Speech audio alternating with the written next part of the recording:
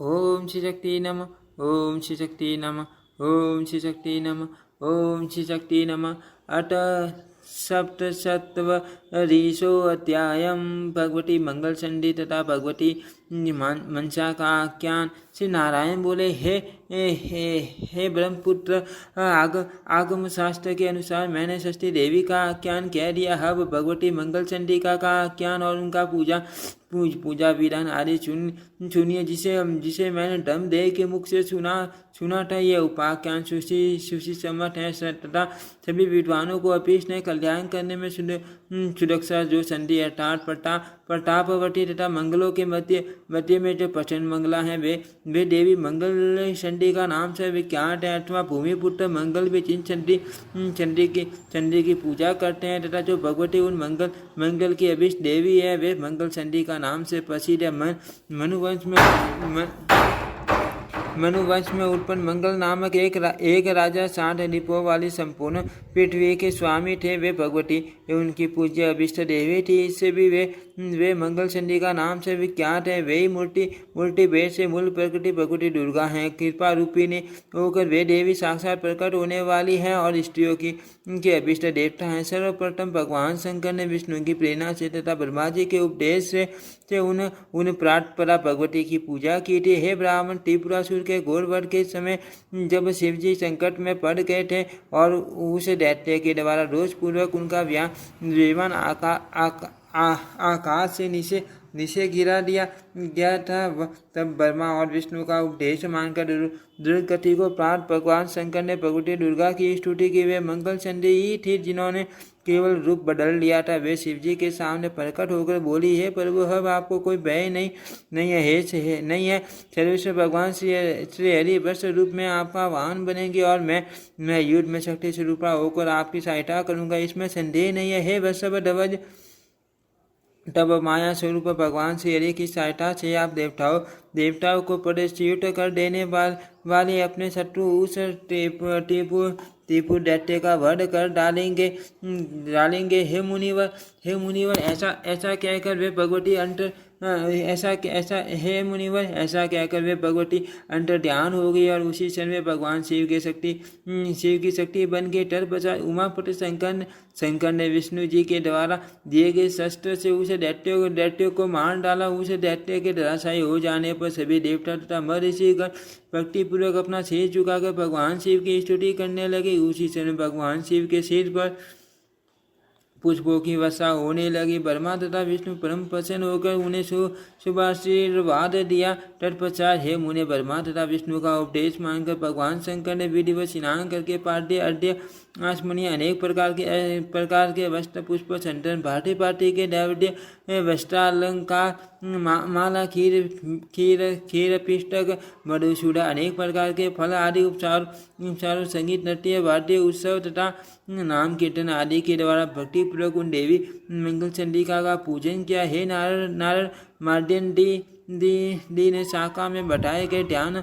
मंत्र के द्वारा भगवती मंगल चंडिका भक्ति पूर्वक ध्यान करके उन्होंने मूल मंत्र से ही सभी द्रव्य अर्पण किए। ओम ही श्री कली सर्व पूजय देवी मंगल चंडिके हु पट स्वा।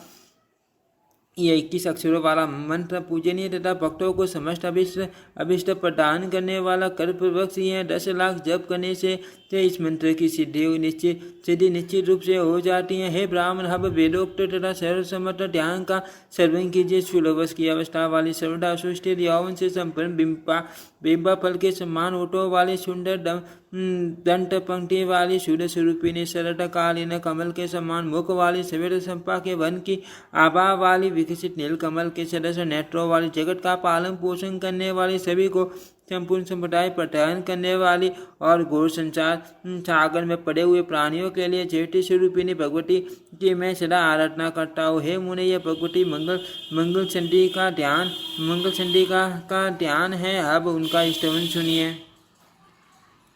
महादेवी बोली, जगत की माता विपत्ति राशि का नाश करने वाली हर्ष तथा मंगल उत्पन्न करने वाली हर्ष तथा मंगल देने में प्रवीण हर्ष तथा मंगल प्रदान करने वाली कल्याणकारिणी, मंगल करने में दक्ष, शुभ स्वरूपिणी, मंगल रूपिणी, मंगल करने में परम योग्यता संपन्न, समस्त मंगलों की भी मंगल रूपा, सज्जनों को मंगल प्रदान करने वाली, सभी मंगलों की आशय स्वरूपिणी, मंगलवार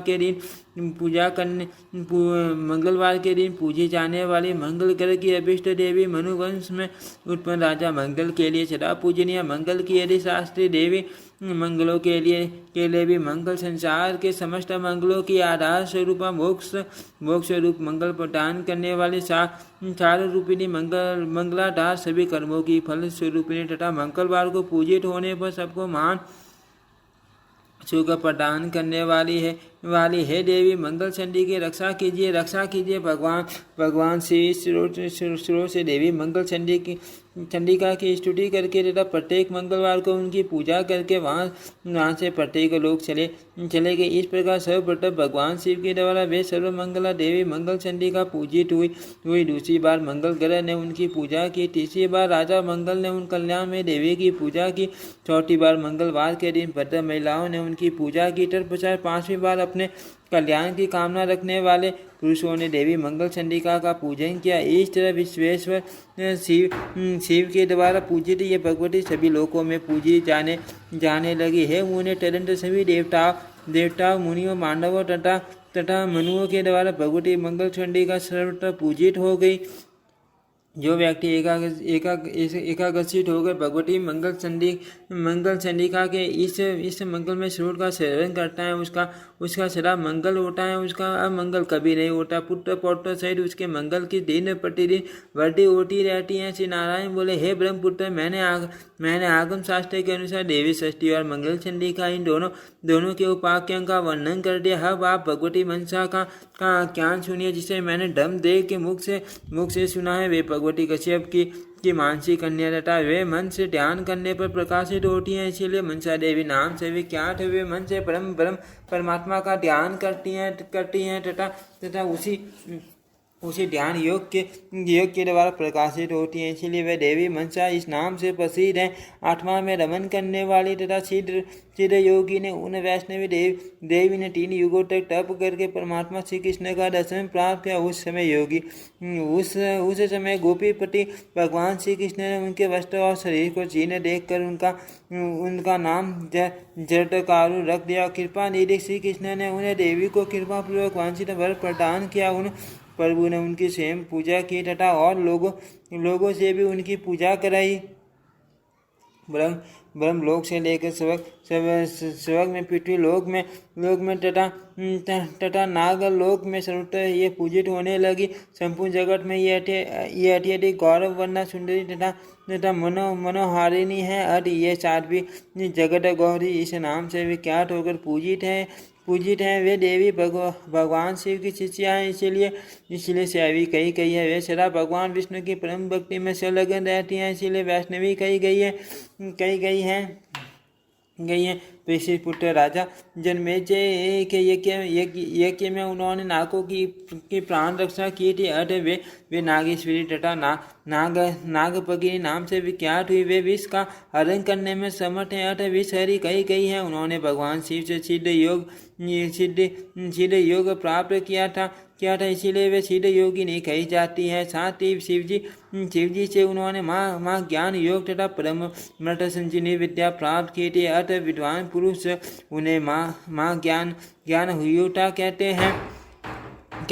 वे तपस्विनी देवी मुनिवर आस्तिक की माता हैं, इसीलिए आस्तिक का माता नाम से विख्यात होकर जगत में सुप्रतिष्ठित हैं। वे भगवती विश्ववंद्य परम योगी तथा मुनियों में श्रेष्ठ महात्मा जरटकारु की प्रिय पत्नी थी, इसीलिए जगटकारु प्रिया कहलाती हैं।